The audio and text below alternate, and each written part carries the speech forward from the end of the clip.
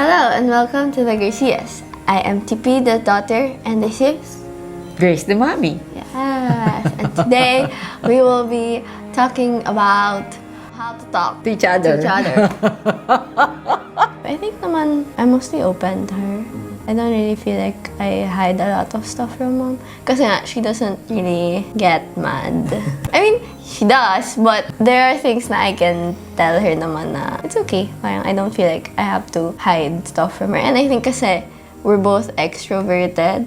Parang right now kasi my life is more of going out and with friends and going to parties and stuff. So I think she understands that. And the small things, she tries to understand muna what happened before she tells me na parang, oh, you shouldn't have done this. Or, okay, I understand why it happened.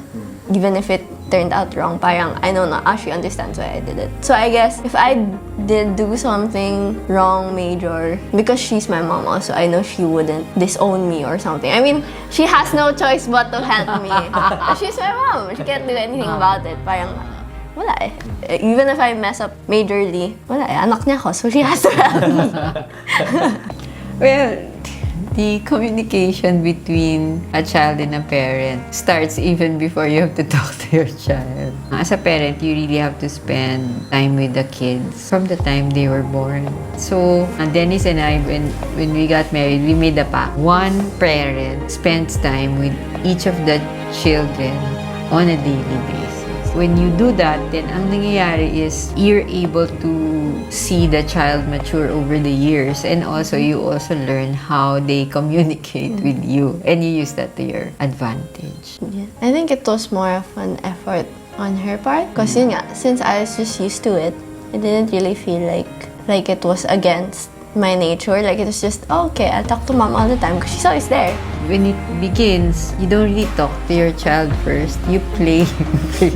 You play with your child first. That's how it starts. You always hang around her, and then you ask her questions when she goes to school.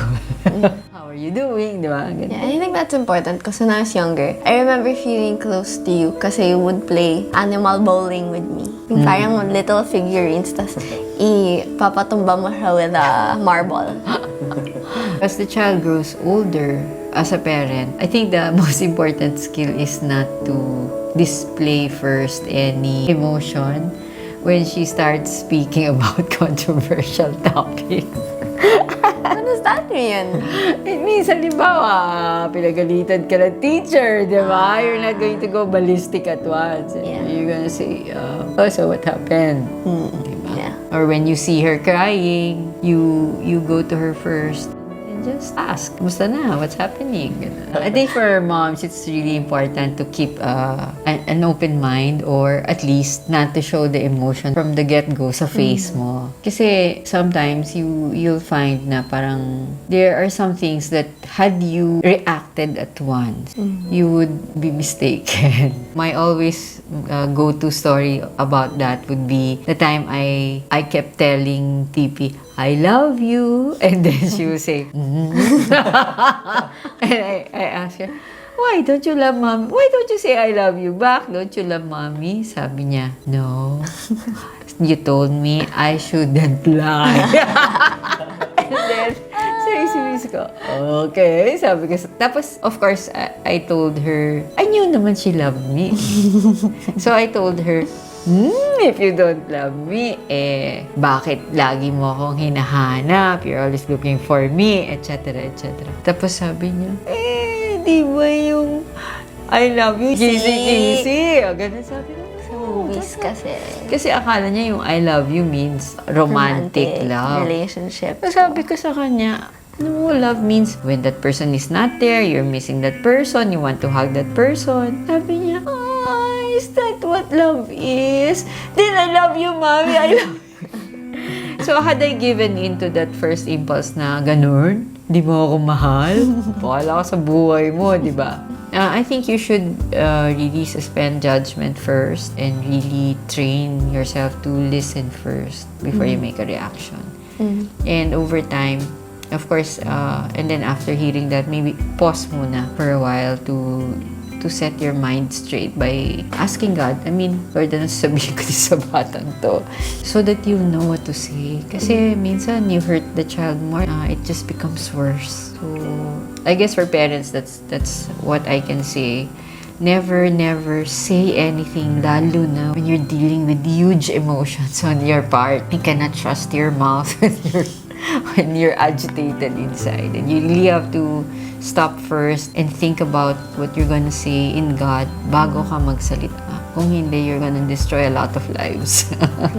I really think it's more of a parent step first before like the child follows. Because I think with a lot of my friends, when you ask them na parang, ba't hindi kayo close? Parang they say, hindi mo ako kinakausap eh. And like when you say na, so why don't you approach? Parang the answer is always, siya yung parent eh. Bakit ako yung mag-a-approach sa kanya? Parang, they're older than me, they probably know better. I'm glad that as doctors, we made that rule.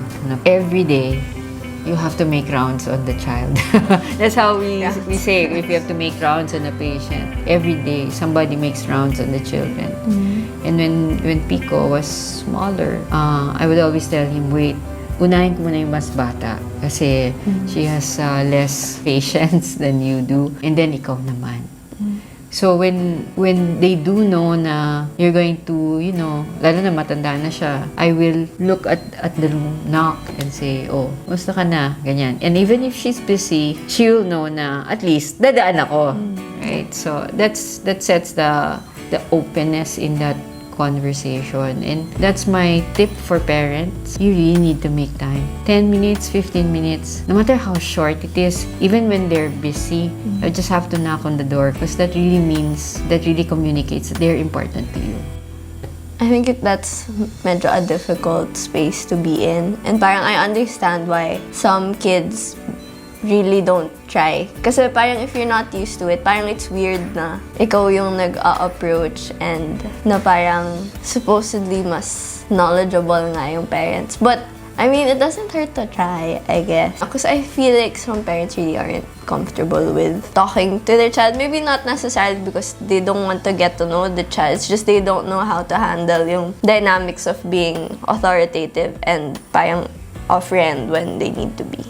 Yeah, ako I tried with my mom. She's easy naman to talk to, pero in my generation, kasi you usually talk when you did something wrong, diba? Pero when I was older, I approached my mom, and I started by just hanging around her, just being close lang, kahit na we weren't saying anything to each other. And what I found is that if you just hang around your parents, you kind of also give the message that you want to be close. And eventually, if you just go nearer in that space, they will talk to you, I think. It was a major thing for me to say I love you to my mom because she never told me that.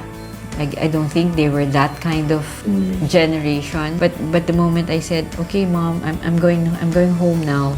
I love you. And I really felt that she responded to that. I'm glad that before the Lord took her, I was able to do it. And eventually, nung tumanda na rin siya, she was also saying it. I love you, Mom. Bye. She would also say, I love you. Right. All right. Bye! Bye. As a daughter, and mommy will speak as a mom. And Patsy will speak as a doggy.